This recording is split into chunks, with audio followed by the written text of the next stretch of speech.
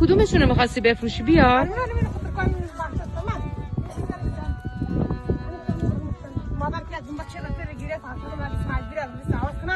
اینو میخوای بفروشی؟ نه دیشتن کنی. اسمش چیه؟ امام‌الدین. چی؟ امام‌الدین. بعد اینو چند میخوای بفروشی اینو؟ وجه بریم نه میخرم مفرم نفروشیم نه میخرم خونه من پتر رو پی خانه خواهی. نمیخرنش. نه دیگه نمیخرم. آها چند قیمت نذاشتی؟ نه. بعد این کجا میبری اینو بفروشی؟ میخوای کجا ببری بفروشی؟ من بازار قلم خودت نمی. آها میبری بازار. آه. انت میگم راجی رو دو امکان نمیشه. چیزی که پیدا نکنه بخوره.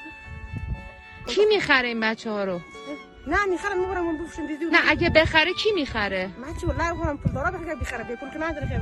آخه این که خیلی خوشگله. اینو چرا نمیخرن؟ چی میخواد؟ چی میگه؟ بالله انت